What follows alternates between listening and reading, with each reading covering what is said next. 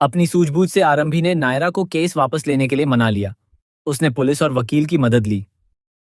वकील के साथ नायरा पुलिस स्टेशन पहुंची और वहां जाकर उसने अपना केस वापस ले लिया। इसके बाद पूरा टंडन परिवार सलाखों से बाहर आ गया। डिम्पल भावुक हो गई और उसने आरंभी को गले लगा लिया। वहीं सुनील और डिम्पल को अपनी गलती का एहसास हुआ और उन्होंने आरंभी से माफी मांगी। जी हाँ दोस्तों, सीरियल डॉक्टर आरंभी के आने वाले एपिसोड में कहानी और भी ज्यादा दिलचस्प और धमाकेदार होने वाली है। आने वाले ट्रैक में बड़ा मोड़ तब आता है जब नायरा की शादी धूमधाम से चल रही होती है।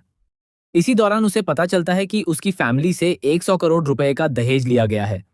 यह सच सामने आते ही नायरा गुस्से में पूरे टंडन परिवार पर आरोप लगा देती है और उन्हें पुलिस के जरिए सलाखों के पीछे पहुंचा देती है।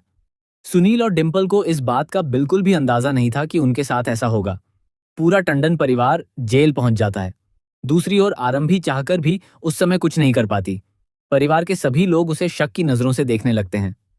टंडन परिवार को लगता है कि आरंभी ने ही पुलिस बुलाकर उन्हें फंसाया है, जबकि सच्चाई ये होती है कि इस पूरे घटनाक्रम के पीछे ध्रुव का हाथ होता है।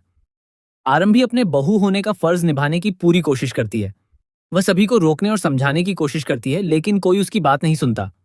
यहाँ तक कि उसकी माँ भी उसे इस मामले से दूर रहने की सलाह देती है। इसके बावजूद आरंभी चुप नहीं बैठती और यही वजह बन जाती है कि सभी का शक उसी पर चला जाता है। इसके बाद आरंभी अपनी समझदारी से नायरा को समझाती है कि जो हुआ वह बहुत गलत है और ऐसा किसी के साथ नहीं होना चाहिए। लेकिन राज की इसमें कोई गलती नहीं थी। उसे तो यह भी नहीं पता था कि उसके परिवार वाले दहेज जैसी हरकत कर रहे हैं। आरंभी की बातें सुनकर नायरा को अपनी जल्दबाजी पर पछतावा होने लगता है। आरंभी नायरा से कहती है कि जिसने गलती की है उसे सजा जरूर मिलनी चाहिए, लेकिन अगर उसे अपनी गलती का एहसास हो जाए और वह उसे सुधारना चाहे तो उसे एक मौका भी मिलना चाहिए। दूसरी तरफ ध्रुव लगातार नायरा को भड़काने की कोशिश करता है क्योंकि वह नहीं चाहता कि टंडन परिवार इस मुश्किल से बाहर निकले।